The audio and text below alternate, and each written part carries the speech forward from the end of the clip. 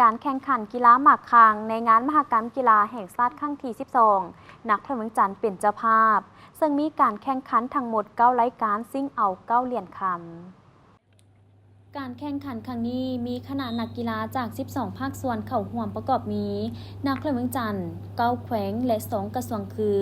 หัวพันพงศาลีหลวงน้ำท้าบ่อแก้วหลวงพระบางสยามบุรีเสียงขวางไซสมบูรณ์จำปาสักกระทรวงป้องกันประเทศกระทรวงป้องกันความสงบการแข่งขันมีทั้งหมด 9 รายการซิ่งเอา 9 เหรียญคำคือ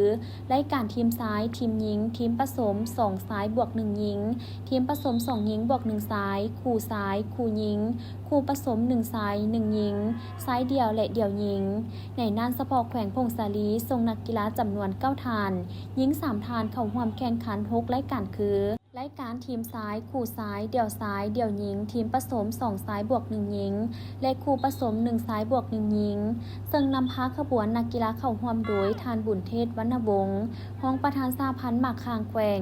ครูฝึกและนักกีฬาเข้าร่วมทั้งหมด11ทานหญิง3ทานและได้เริ่มเข้าแข่งขันแล้วรายการทำอีททีมซ้ายแขวงพงศาลีพบกับกระทรวงป้องกันประเทศโดยตั้งเป้าหมายจะสู่ศูนย์ยัดให้ได้อย่างหน่อย1เหรียญและในวันที่23พฤศจิกายนจะมีการมอบเหรียญอย่างเป็นทางการ